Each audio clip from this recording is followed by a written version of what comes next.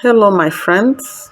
My name is Vivian, the founder of Hearts with Heads Pro Life Charity Foundation. I want to play these disturbing voice notes, and afterwards, I'm going to give you a little bit of the background story, and you guys should please tell me what you think.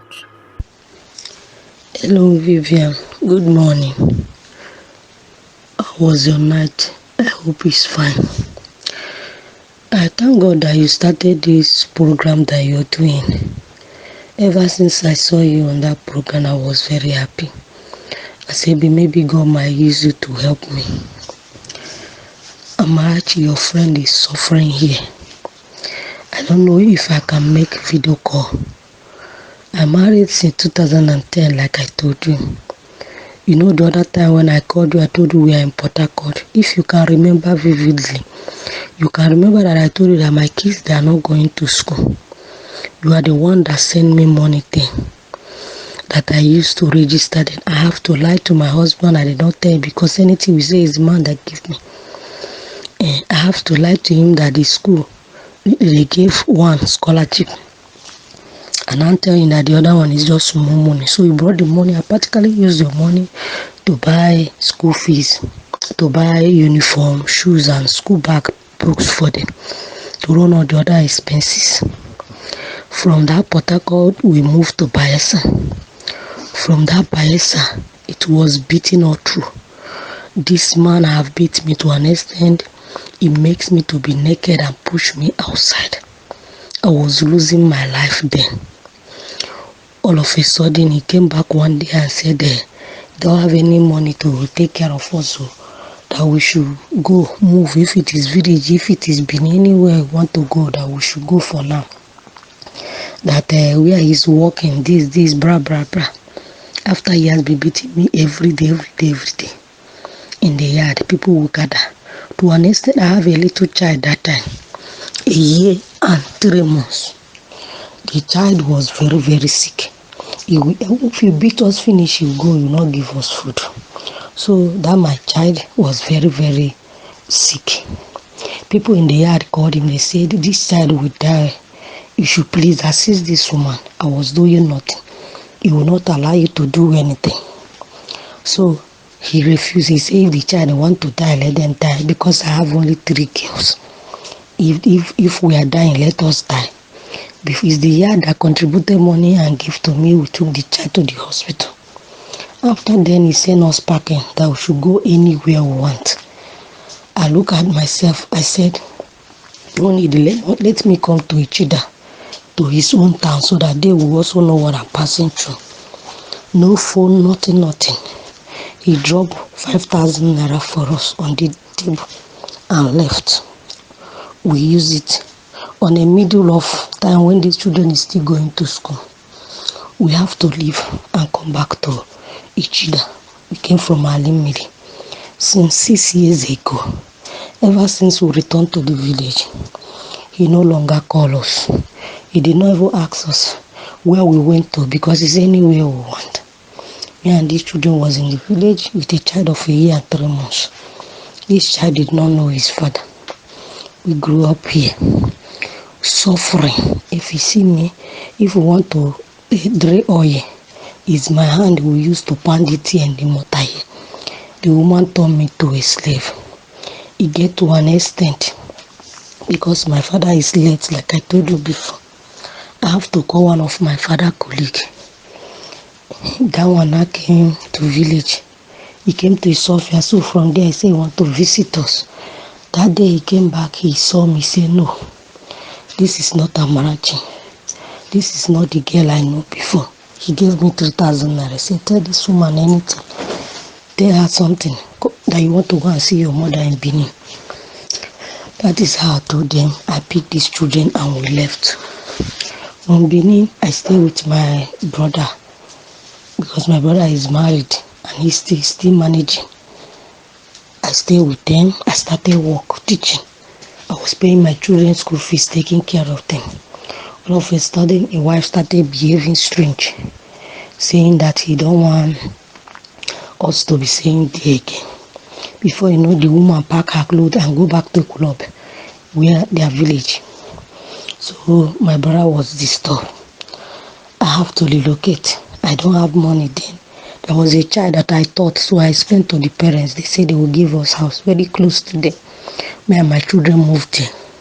In fact, God used those parents to bless us. We were there for over 2 years. The woman was a Mountain of Fire member. We stayed in their house. They were taking care of us. House is free. They were feeding us and everything. We live like one family thing. From there, I started attending Mountain of Fire. So from there, after 4 years then, that is when my husband called for the first time. And I know that he is alive. He started pretending. The worst thing is that when he called, he would do as if nothing is even happening. So he came back. He came to Benin then to see us. He spent only 3 days to see us. He came with only 3 loaves of bread. After that, he left. He said, then the man now talked to him. The owner of the house where we are staying, he said he would locate this and that. I was so happy that time. Immediately he left. Not up to 3 weeks. He stopped calling us again. That is how we stayed. Before you know it, this coronavirus issue of 18 started. So no school, nothing again. He started calling us again. When you ask him, he will just look for one thing, and even when he called, he will just even pretend as if nothing is happening. He told us that we should come back to village, that him too, he will come and pick us. He don't like us staying there, this and that. I was so happy that finally I'm going to stay with my husband, with the children. That is how we came back. From that time, they were doing coronavirus.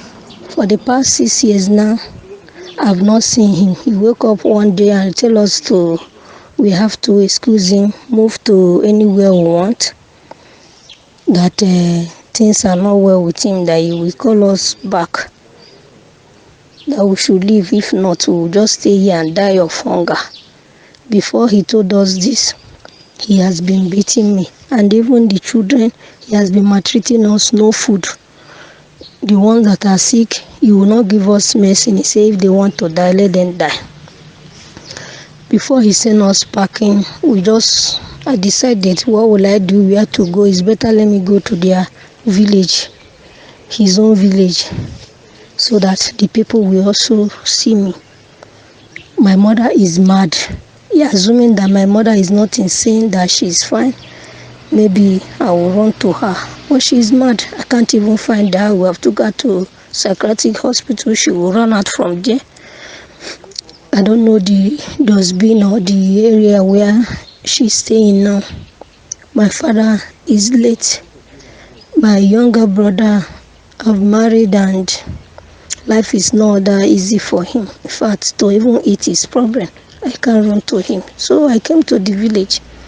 And ever since I returned to the village, it's not easy. It's from grass, from fire to frying pan. My mother-in-law turned me to a house help is even better, to a slave. I will be in the farm even as I'm making this call. I'm inside the farm, this hot sun, till 2 o'clock. My children are not going to school. They will be crying, "Mommy, please take us out from here." I say, "Where will I take you people to?" They will be crying. They are hungry.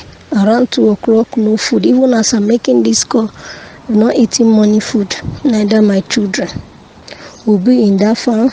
Once we are through, like after 2, we'll go and be looking for what to cook. After that, the night we will eat sometimes once or twice a day, not like 3 times a day. And the worst part of it is that I'm very sick because of the hard job of the work that I'm doing here. My waist is paining me, my body pressure. I'm having high blood pressure. Even when I complain, he say high blood pressure is a sickness. I am dying gradually, and my fear is the 3 children. If anything happened to me, what will be their fate? That means their life will be unbearable. I am crying to this organization, Heart with Head, to help me. I am in pain, suffering. No one to run to. Nobody to cry to. Is it my mad mother that is in those way? I don't know where she is that is mad that I will run to. Who will I run to? And they are doing this to me because they know I don't have anyone to run to. Please, I am dying slowly. I am dying gradually. I don't know how long I will last. Also, my children, we are in this village, helpless. I don't know what to do. My husband have other children, following women, and you have other children. Maybe he's taking care of those ones. He abandoned me because mine is 3 girls, don't have boy. And in Africa, here they value male children. Me, I don't have any male child with him. It's only 3 girls I have. So maybe it's because I don't know the reason. But he doesn't care. We'll call his number, he will not pick. Before you know it, the number is not going. He's not even calling the mother. So when I complain and ask the mother will say, is he calling me Nida, or does he send anything to me?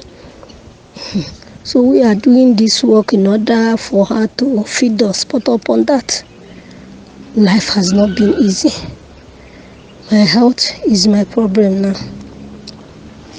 I can't breathe well also, but I'll use it to go to farm. That you are sick is not an excuse for you not to go to farm. Always go to the farm every blessed day. Every blessed day. Even if it is raining, say rain doesn't stop you to be in the farm. Please, I need help. I don't want my children to suffer. If anything happened to me, I don't know what will be the fate of my children. I obtained a national diploma in Awishi Polytechnic, Benin City in Edo State, before I married.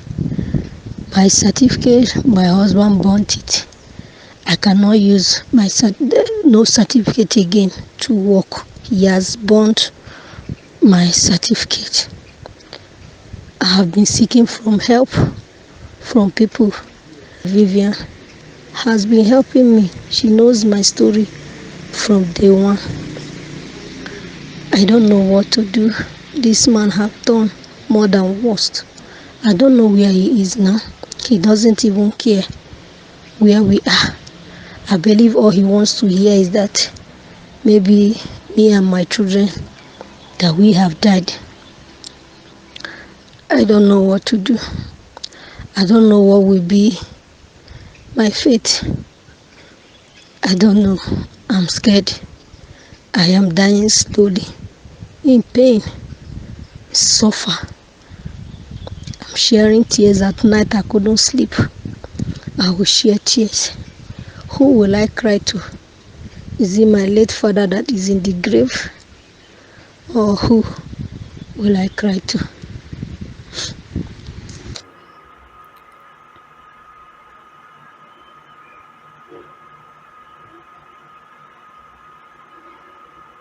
Hearts with Heads. It's a charity foundation page I opened after I got registration and whatever is needed to run a foundation formally. I have been philanthropic on a very low key for a very long time. I have, by God's grace, been able to remove some people from the streets, rehabilitated some substance abuse individuals or substance abuse cases, have been an instrument to rescue of some victims of domestic violence and empowerment of some few people. All this I had done on my own.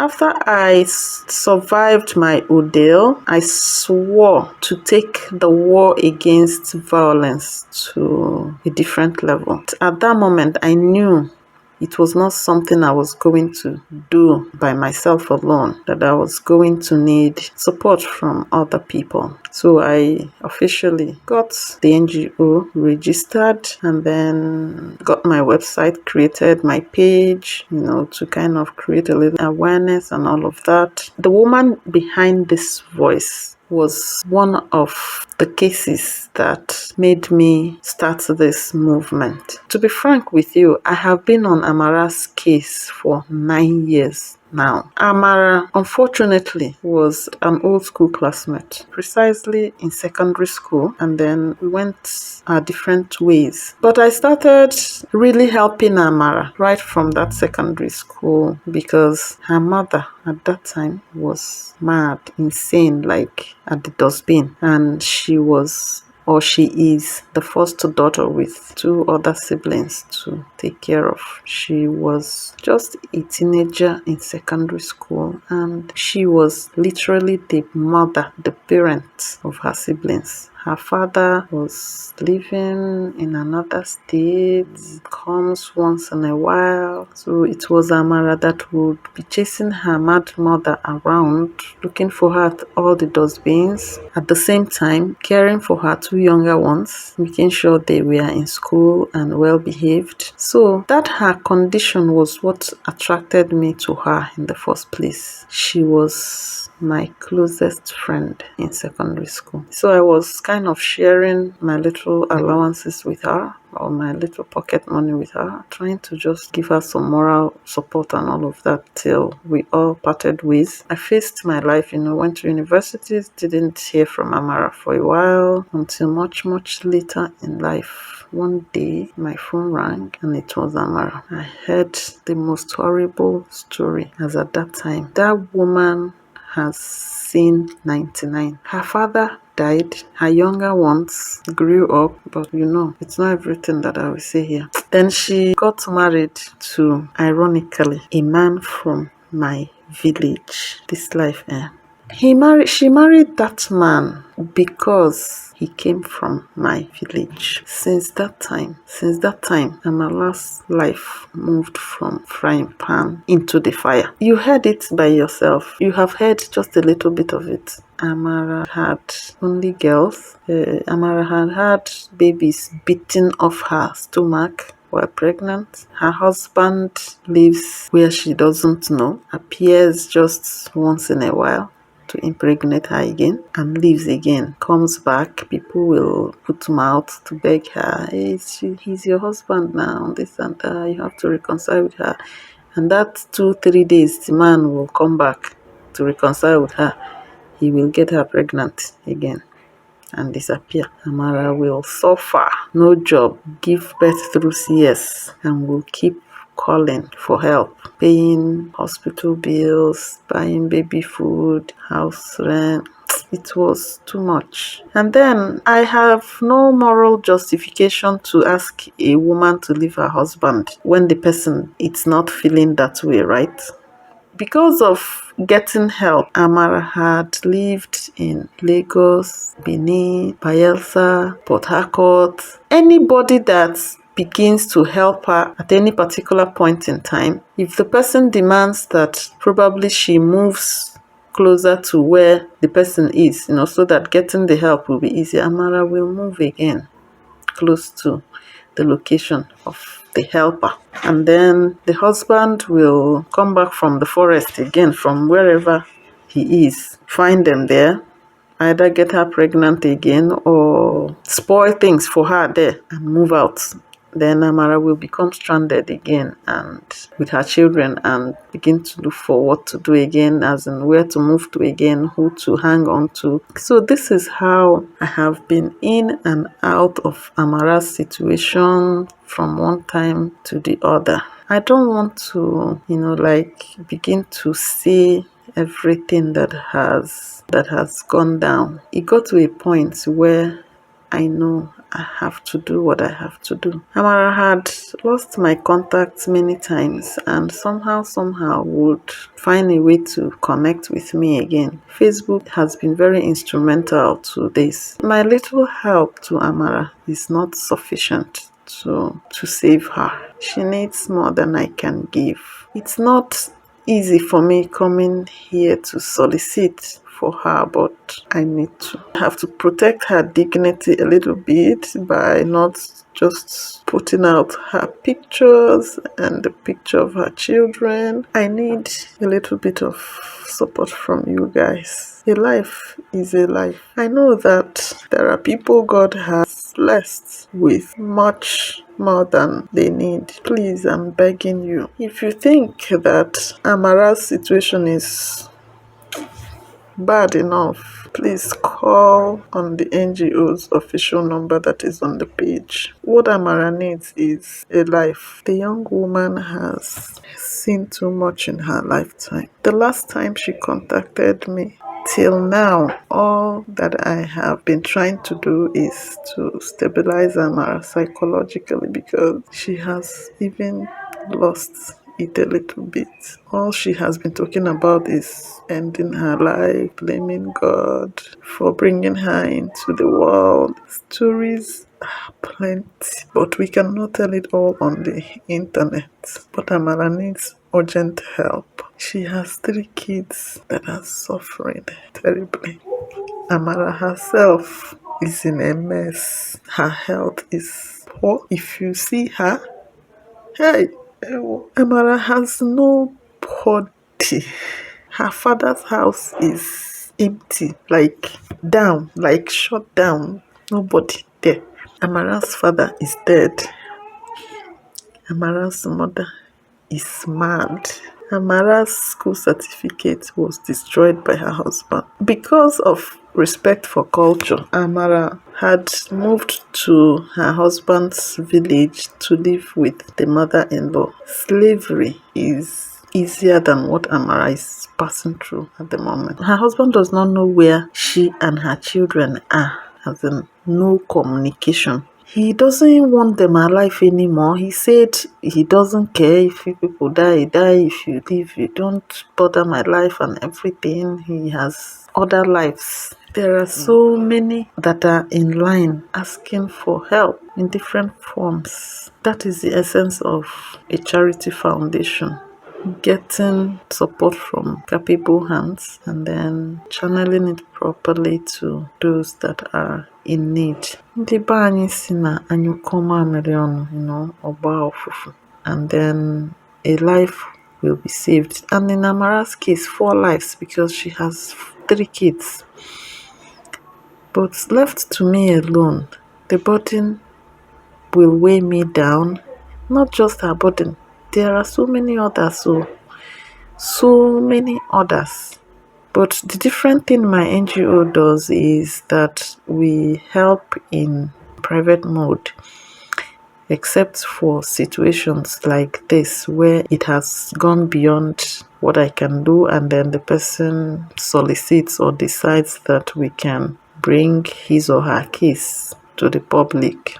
Fortunately or unfortunately, this is what I have signed up for. The moment I created this NGO, made it public, I have consciously or unconsciously turned myself into a beggar for humanitarian work. I am a survivor. I know how that pain feels like. I have been there. And so that is where I got the passion to assist those that are passing through hell, men and women. There are some men that I have heard their stories and I was like, is this happening on this planet Earth?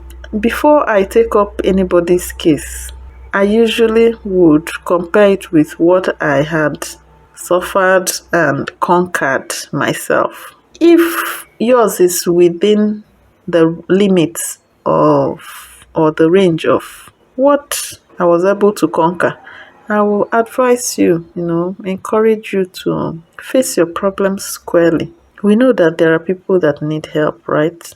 In the real sense of it. These are the people my NGO stands for. Those that have nobody to run to, no family and friends. These are the people that my NGO are interested in. I begin to help you on my own with what is available to me until it becomes more than what I can do. It's not even about offering money. If you have a vacant accommodation where Amara and her her children can live, I'll be interested to know. We will accept the offer. If you have vacant job position, like menial stuff that Amara can do and earn a living from, we will accept it. If you are a school proprietor or proprietress and you can accept Amara's children in school on scholarship, we will accept that. You have a job opportunity for Amara of any kind, we would accept that. Amara is an intelligent woman that just got unfortunate. Right now, she needs to go to hospital. Her children needs to be in school.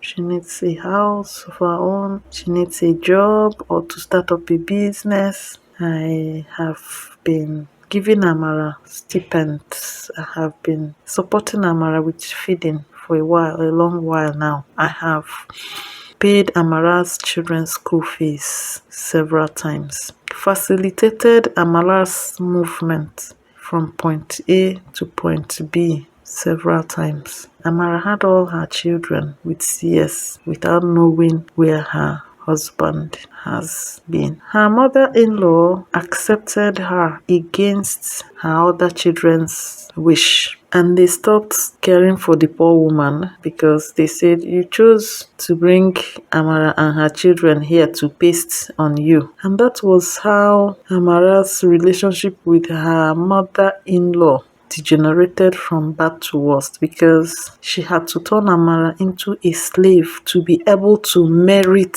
getting food to eat. Amara works in the farm under the sun, under the rain. Amara is being talked to like an ordinary, I don't even know how to describe her situation with her mother-in-law. And Amara is just stubbornly staying there because the woman has told her many times to leave. She's a burden. She's a burden to her. Marriage is not by force. You don't know where my son is not interested in you anymore. Doesn't call, doesn't ask after you.